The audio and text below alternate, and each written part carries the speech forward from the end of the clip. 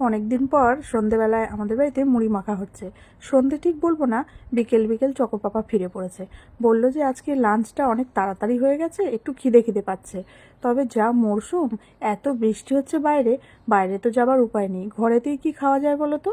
আমি বললাম, তুমিই বলো কি খেতে মন চাইছে।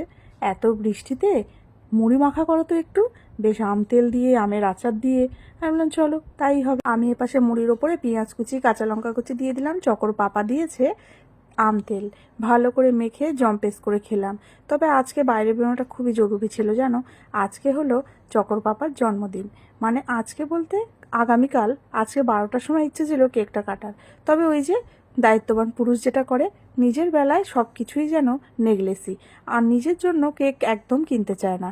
আমার ভীষণই ইচ্ছে ছিল আজকে বেরোবো, তা সেই জন্য অপেক্ষা করেই ছিলাম। তবে বৃষ্টিটা এমন বাধা সৃষ্টি করলো, তাই জন্য নিজেই একটু ঘরে বানিয়ে নিলাম। ঘরের সামান্য কয়েকটা জিনিস দিয়ে একদম ফ্রুট কেক।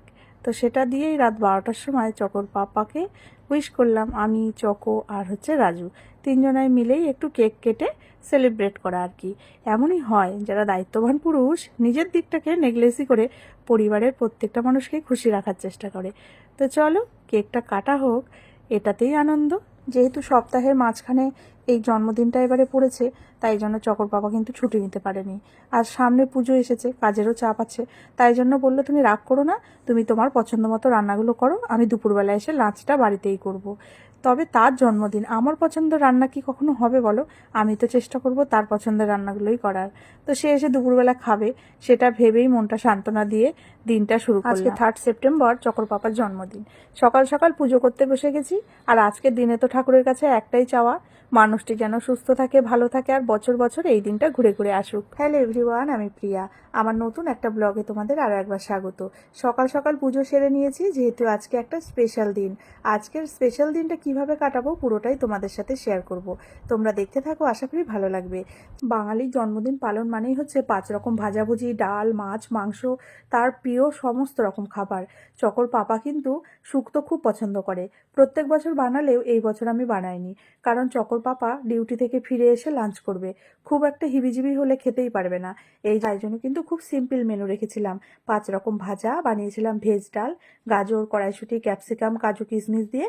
আর করেছিলাম এই যে মাটন কষা, আলু দিয়ে মাটনের ঝোল।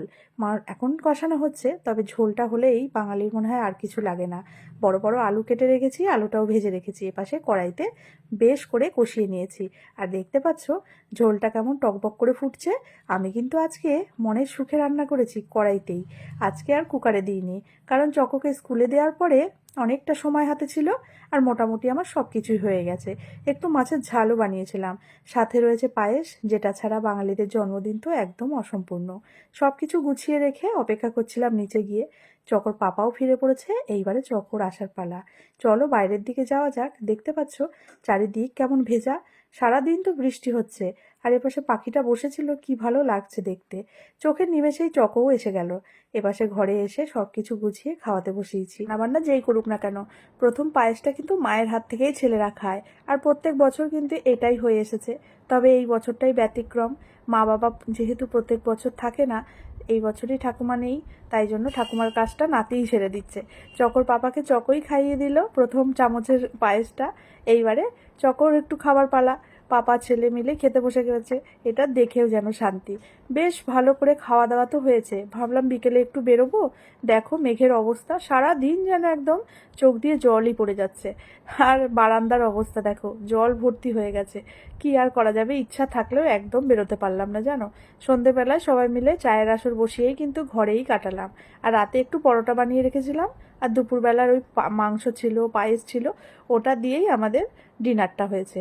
তো চলো ভিডিওটা তাহলে এখানে শেষ করছি, কেমন লাগলো জানিও।